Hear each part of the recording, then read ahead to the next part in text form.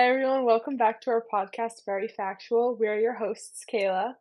And Isabella, and as it is International Week and there's not that much going on, we wanted to do something different and we are going to be ranking the Big Six Premier League managers. So it's going to be like the Big Six teams, and we're going to rank them from, I guess, kind of like the worst to the best. So, Kayla, do you want to hmm start with your number six pick?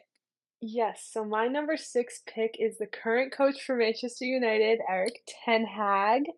He did start off great, but now things just keep going downhill for him. I feel like he peaked, and ever since that whole Jadon Sancho scandal, he hasn't been the same. I see absolutely no unity within the team.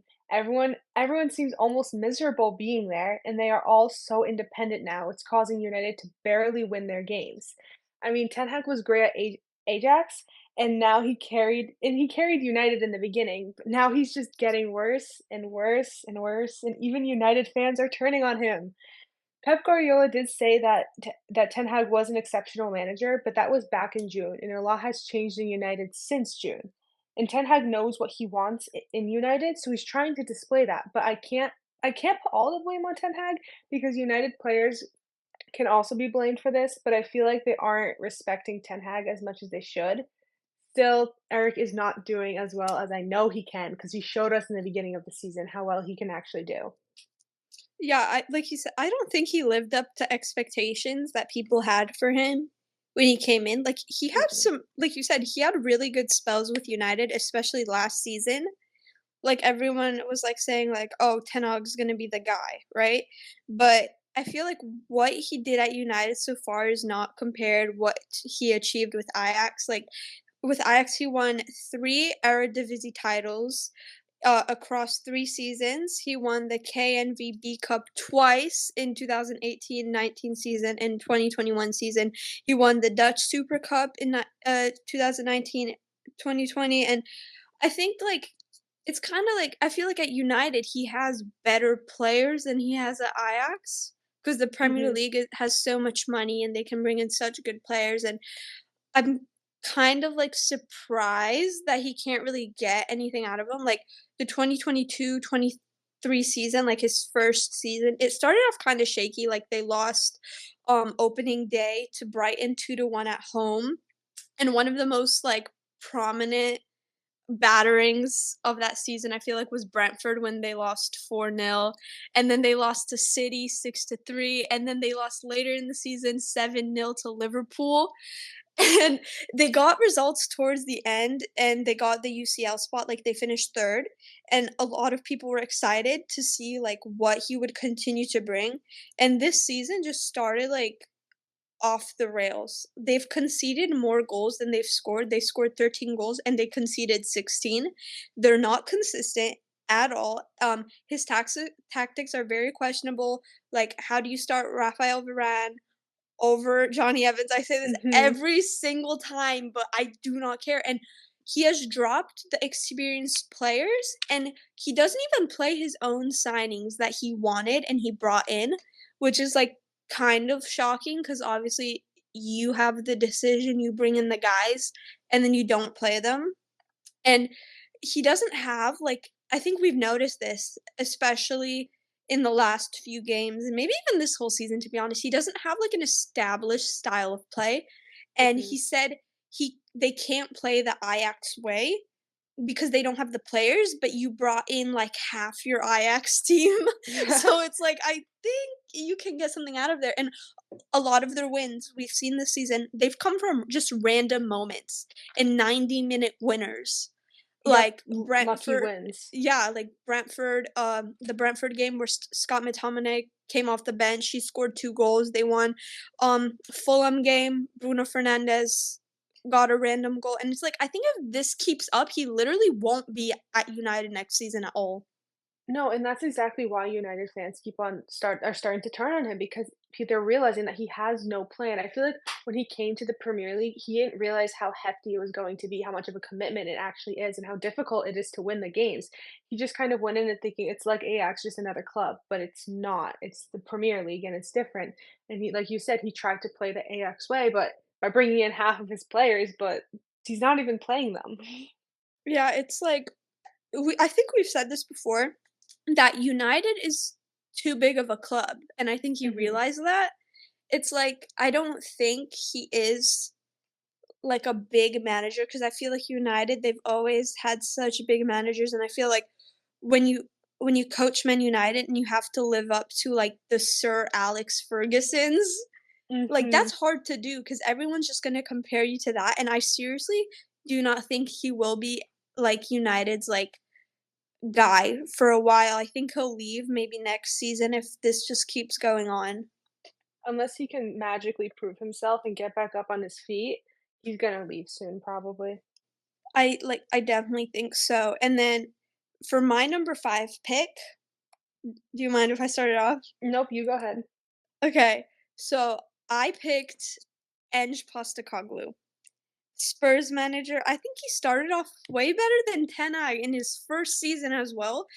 Spurs were unbeaten up until the Chelsea game, and they only lost 2 games this season. He basically has the same exact squad from last season, but he's already achieved way more.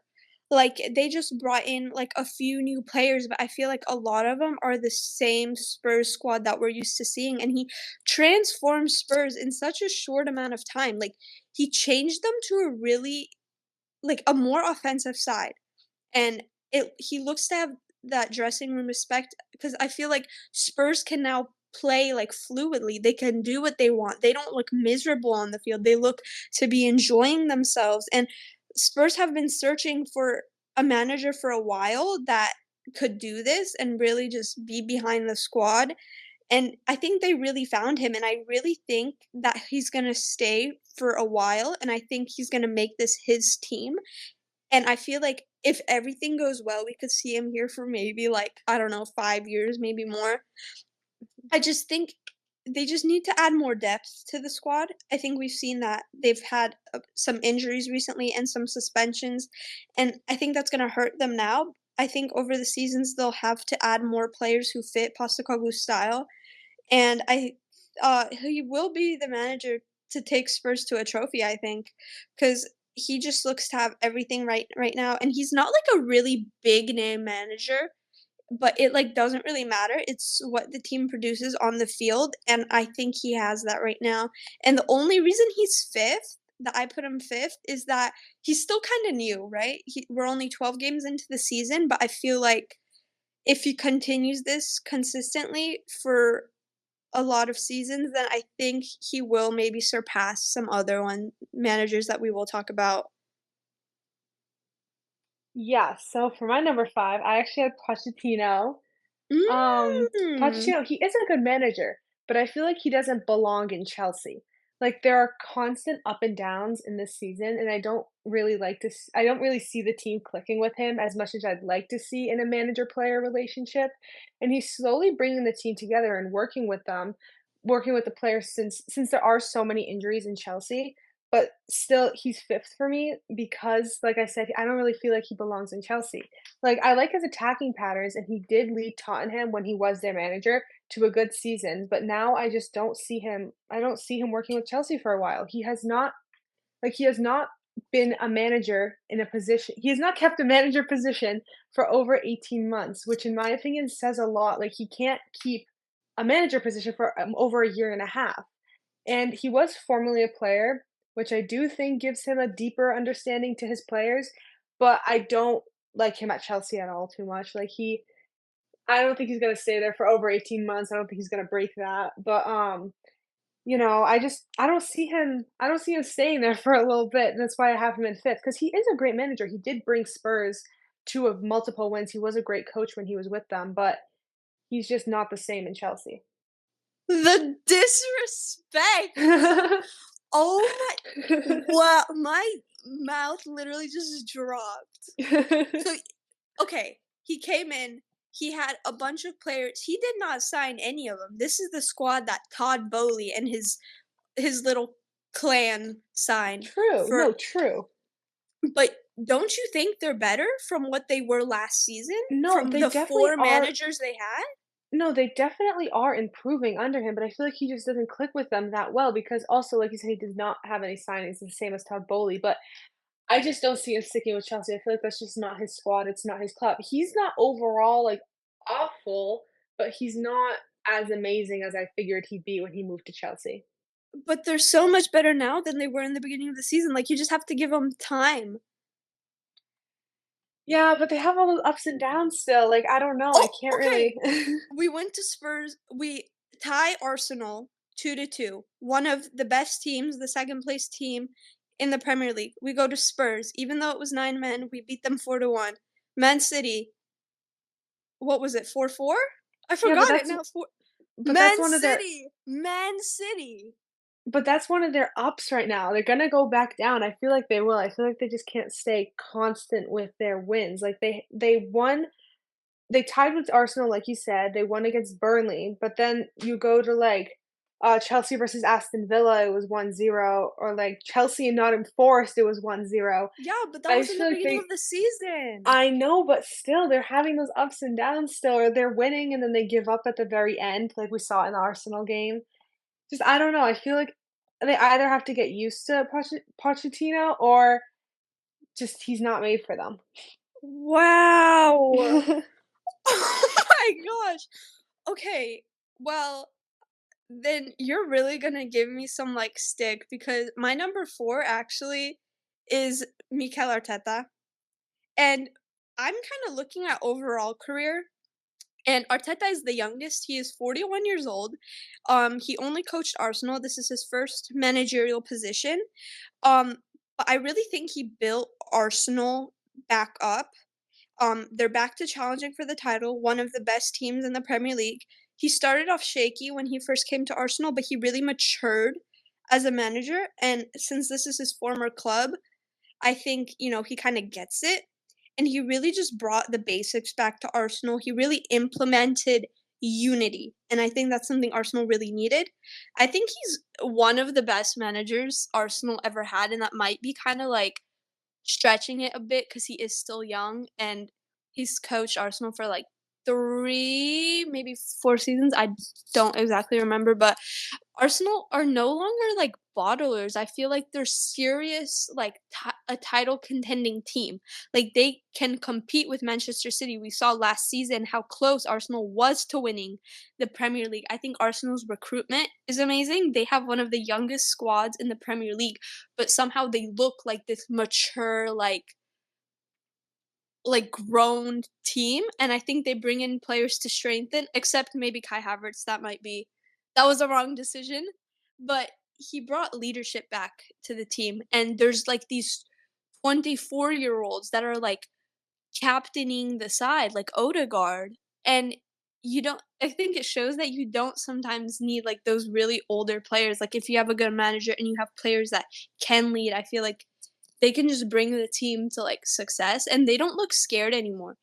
They don't look like scared children out, they look very serious, and I think it's all down to him and what he put into the team. They haven't been as great this season as they were last season, but they are still challenging for the title, they are 2nd place, they only lost 1 game this season, and I think Arteta, if he just brings Arsenal to a trophy, maybe even wins the Premier League, I think he will be maybe one of the best managers in the Premier League, and he still has so much to learn, and there's so much ahead of him, and he's gonna have a really great managerial career, I feel like. Mhm, so I'll also agree with you, I also had Arteta as 4th. Like you said, for being a young manager at only 41 years old, I think he's great at doing what he does, and formerly a player for Arsenal, he knows the club inside and out, which gives him a huge advantage as being their manager, and honestly, he's known for his tactics on the field and how well he can make game-changing decisions, which is why I put him here. Mhm. Like, this club overall, I'd consider a young club, like you mentioned, Yes. because most of their players are young and fresh, but and, like, I know that Arteta just got charged by FA for a VAR rant, which is creating some controversy, I would but do the putting same thing though, to be Yep. honest with you. But putting this little thing aside, he's still good at what he does. He also has the players to form an amazing team even though they're young, and that's what he's doing. He finds the skills of his players, Mhm. analyzes the game, and puts the players in where he knows it will give Arsenal the advantage. And like I said, he's still very relatively young for a manager, so Mhm. he has a lot more to learn, but he's still phenomenal at doing what he does. I think I, like, 100% agree with you. If I don't agree Yeah. with you on anything else, I agree with that. Like, that Yep. was perfect. I think he's still since he is still so young, he still has kinda, like, that player aspect to it, Mhm. and it's kind of, like, recent, I guess, so he knows He what the players feel. he knows what the players feel, he knows how they think on the field because, like we said, it's a young club. Like, the Mhm. club isn't young, but the players are young. They're so fresh into the game, and having the manager being young too definitely creates, like, a good dynamic within the Yes. team. So, I'm gonna start number 3. Mhm. This is where you're gonna hate me. I know you will. I put Mauricio Pochettino. Of course you did. And this is not entirely biased. I have Oh, reasons but it to is biased a No, little no, no, bit, no, no. though. No, no, no. Okay. You You put just your man said not entirely. not entirely, just 'cause it's Chelsea, but I have reasons to back this up. Okay. Okay? You wanna hear it? Okay, yep. So, I feel like yours was biased because you just hate Chelsea. No, no, But no. then you put your manager in 6th. So, Yeah. I Chelsea isn't his only, like, go in the Premier League. He was one of the best Spurs manager in recent years. He won 159 games with Spurs. He lost only 72. His win percentage for his entire Spurs career was 54%. All the Spurs fans love him. They have major respect for him. They still love him even when we went and won against them 4-1. Spurs fans love him and they can't deny that. He raised them from the dead. He was one of It was one of the best periods of success and like stability in recent years for Spurs. He brought Spurs to a Champions League final first time since 1984. No one thought Spurs were going to get into a Champions League final at all. They were challenging for the title his second season, and now he is building that at Chelsea. And even if you didn't see that, like the first few games, you said he's not the guy for Spurs, but we're seeing, like, literally statistically and the results, we can score now. We're getting better each game. He's implementing his style, and over the last few games, we've been able to see the transition. Like Chelsea can transition offensively faster. They have been having way more possession. They play a high press system and they can score goals. And we didn't see that in the beginning of the season. It's just a matter of time because, you know, he never signed these players. He didn't work with like any of them. They're getting used to him. He's getting used to his players, seeing what they can and can't do. He's been getting the best out of the players that he did not sign. And when the transfer window rolls around, he can sign players that he thinks can strengthen the side and they'll get even stronger. I think I completely disagree with you that he is not Chelsea's guy. I think he is going to be the guy and I think we will stick with him and hopefully he can take us back to where we belong cuz right now it's looking positive to be honest with you. I mean, think about it though. He started like him in Spurs, he was phenomenal. I'll give you that. He was Yeah. amazing. He was. You can't lie with that. But you even said when he started in Chelsea, you thought Chelsea were going to be relegated. Yes, You thought that was beginning yes. of the season. When And I know it was the beginning of the season, but I just don't see him sticking with Chelsea. And I think that I mean, overall as a manager, he's pretty good. I just feel like he doesn't know how to work with Chelsea and their players, which could be like a little flaw with him. But that's just what I see. we're 12 games in. We're True. 12 games No, in the true. season. But like I said, there's a lot of ups and downs with him, and I can't tell if it's just like a little moment because, like you said, he doesn't have his own signings. But I But mean, that's the I'll thing. be happy if he proves me wrong. I don't. He's great, but Okay, but look at Eric ten Hag. He can't get the best out of the players that he signed. oh, He sits them on the I don't. bench. Yeah, I don't enjoy Ten Hag at all. He sets the best players on the bench. I'm not disagreeing with you on that at all. I'll agree with you. I I swear I literally disagree with you so bad. I okay, I I will like bring this back in a future episode end of the season. I think Pochettino will still be at Chelsea end of the season. We will finish the season off strong and he will literally bring us back to like top 4 places. I mean, I'm I not.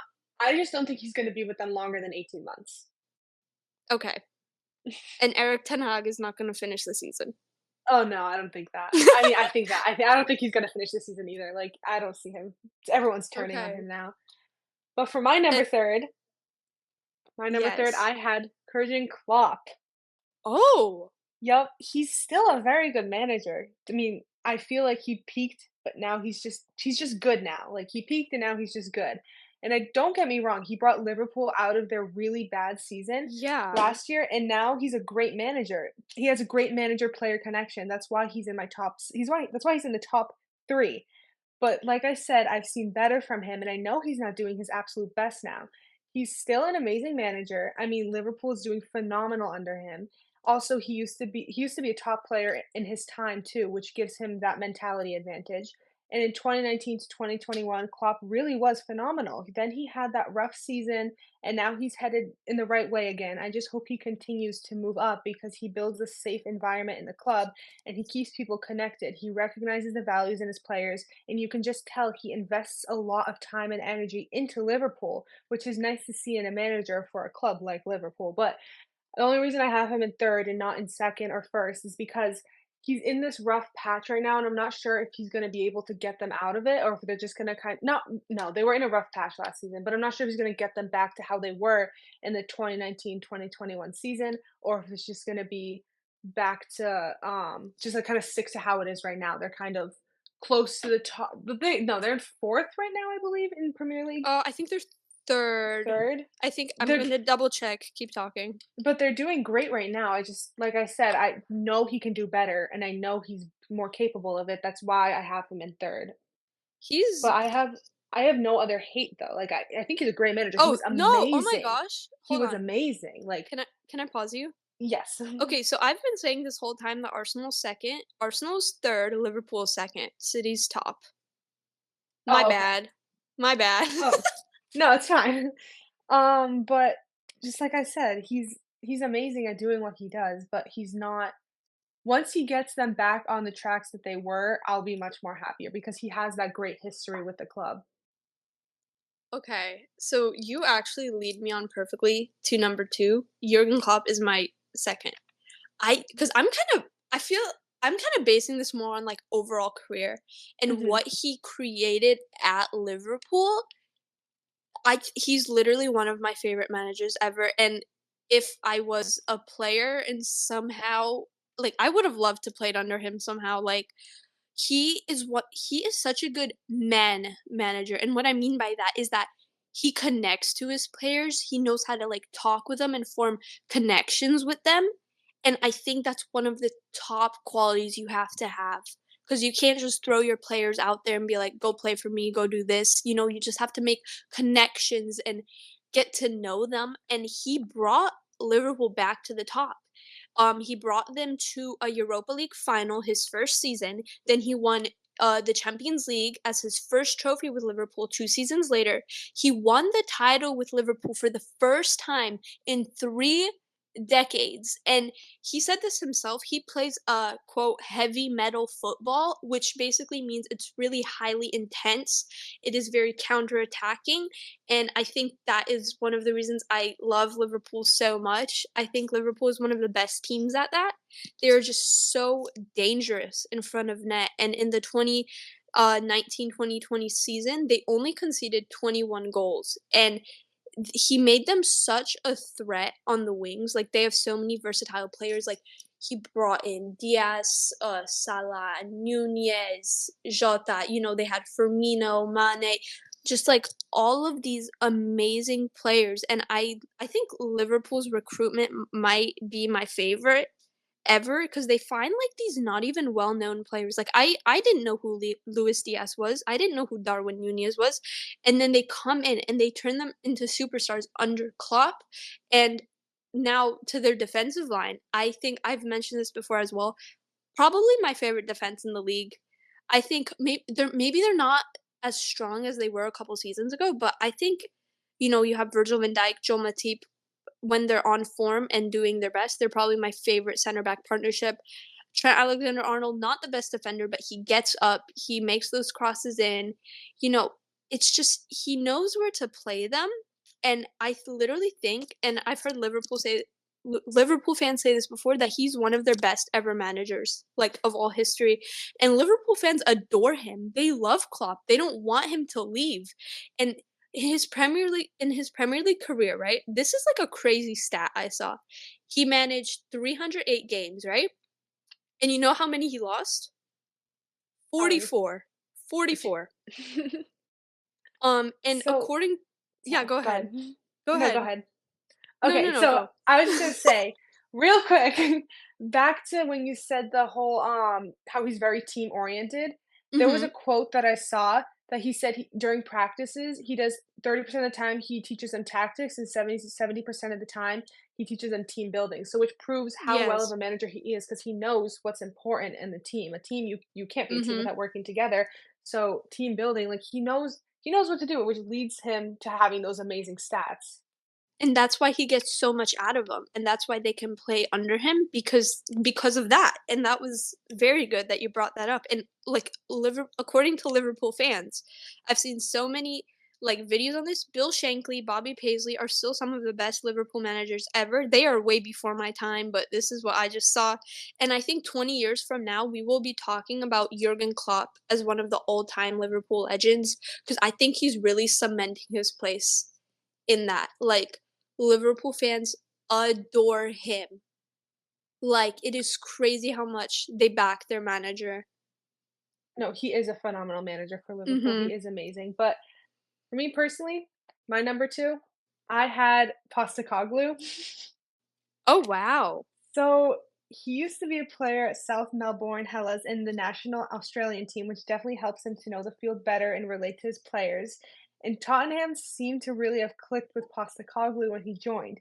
Not just in number of wins, but also we see more teamwork now. For example, in the Spurs versus Burnley game or the Arsenal versus Spurs game, the passing, the momentum, and the drive on the field is incredible. And I know he's only been there for 12 games, but I definitely see them sticking with him. And I Mhm. I give the credits to Postecoglou for that because for this season, it was just pass to Harry Maguire and score. But now they're thinking and working Maguire? together.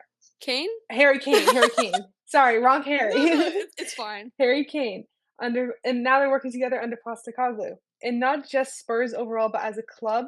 Not just Spurs overall as a club, but Postecoglou knows how to work with world-class players such as Son. He knows how to respond to errors and losses without bringing the club's energy down.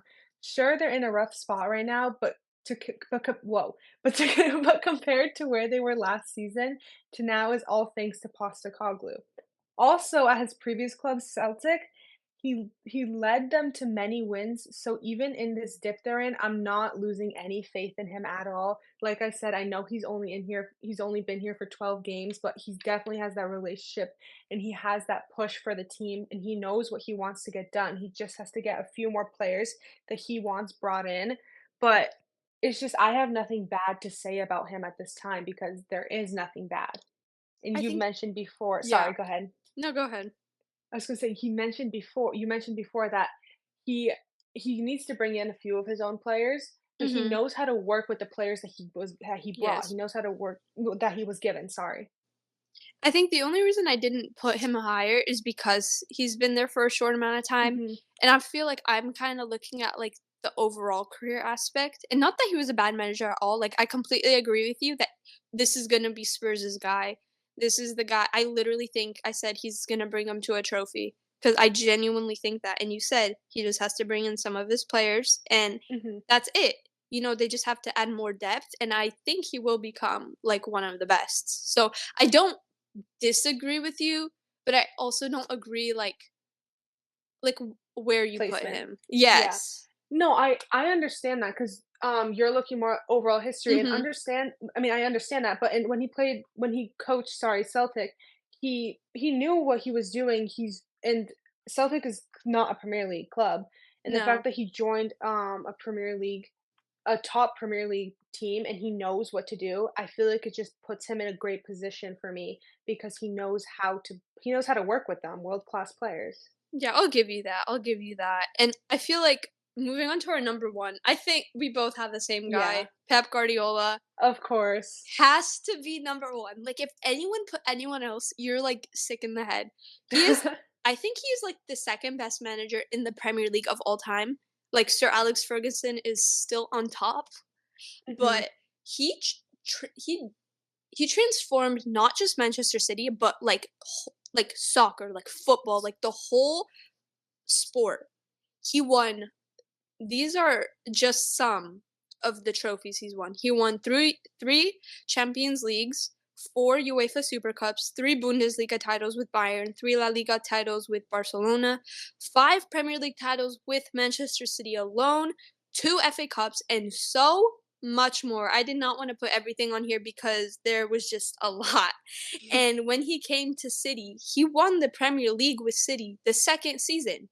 He transformed a City side that were aging, that were old and lacking pace, and he only lost 37 games in his whole Premier League career. He turned City into, like, I saw someone say this, hybrid monsters, because they can play any formation, any combination. The players are all versatile. They can play anywhere. He implemented an identity to the City side, and Sir Alex Ferguson used to call City the noisy neighbors because they were just irrelevant. They didn't win anything, Mhm. nothing.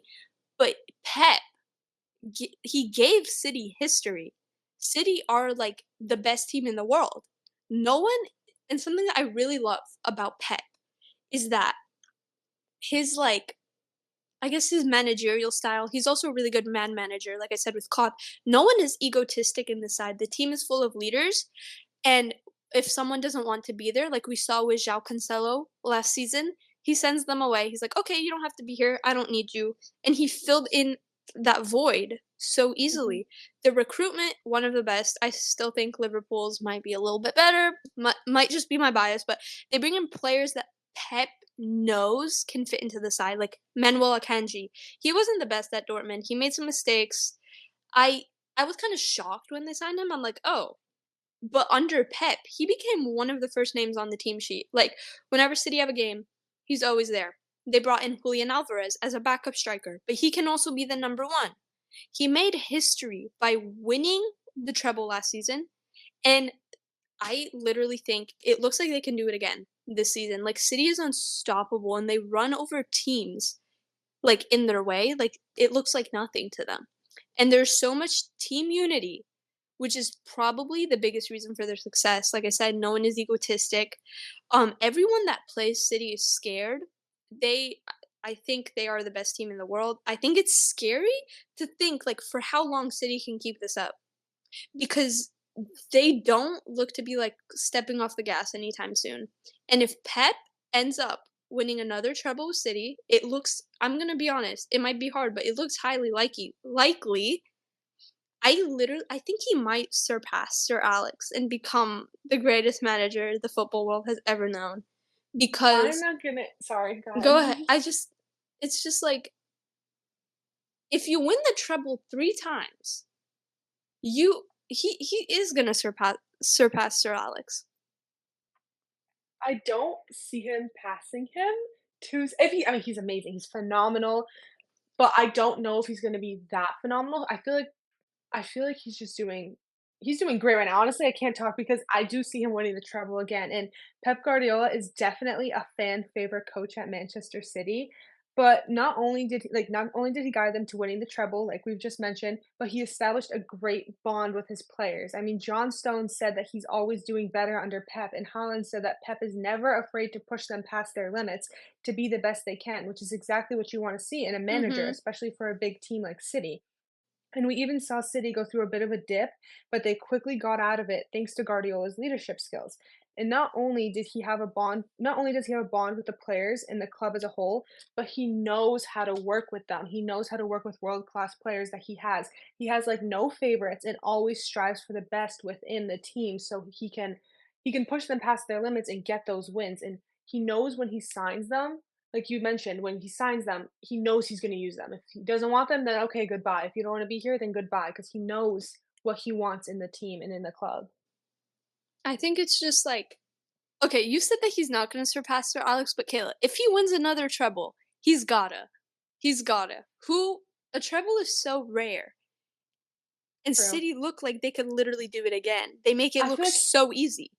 I feel like him and Sir Alex are very, very close in, like, how they how they manage the teams, how they got to where they were, how Mhm. they get their place in history, you know? Okay, but, if they win another treble, I think he's gonna surpass him, and I I just think I just don't wanna admit it because it's yeah, Sir yeah, yeah, yeah. Alex. Like, I know you're right, but also you never know. It's I like feel it you don't want to they're say very it. similar. By the end of his career, I'm sure him and Sir Alex will be very close, if not, like it's just crazy to me Yeah. how Pep can do this for a team like City, because like you said, City was just kind of the noisy next doors Mhm. or whatever, and now they're there, everyone wants to be them, everyone you can't hate City, City's just amazing, and Yeah. Pep, you can't hate him either, no matter how many times your club loses against him, you Mhm. know he's doing great for City, you know he knows what to do with his players, how to keep the unity on the field, how to keep everyone in shape and no one slacking. And the fact that he didn't just do this with City, he did this with Barcelona. I think he was one Mhm. of the best managers Barcelona ever had. He did this with Bayern. And if you can win, 3 Bundesliga I mean, Bundesliga titles are easy because Bayern's, always the best team, but La Liga titles might be hard because, Real Madrid is like a Mhm. really tough team. And 5 Premier League titles. I think Premier League is the hardest league to win because there are Yeah, so no, many it good is. sides. And it's like it's scary to see how easy he makes it look. There's so much constant competition in the Premier League, and he knows that, just he makes it seem like they're the Bayern Munich of the Mhm. league, you know? Like, they Yeah. know you know when you're playing them, you're probably just gonna lose because of Pep. Yeah. I mean, Chelsea didn't lose against them, but, it's okay. It's Chelsea okay. got a little bit lucky. No, no, no, no, no, no, no. City were just not playing it. Okay, I'm gonna start talking about Chelsea because that is just. But I think we will continue to see the growth of Pep, especially this season, and we will see how they do next Mhm. week when they play Liverpool. That is gonna be such a fun game, and I think we Yeah. will definitely talk about that. Yes, so thank you everyone for joining us this week. Please join us next week, and don't forget to follow our Instagram and YouTube at Very Factual Podcast.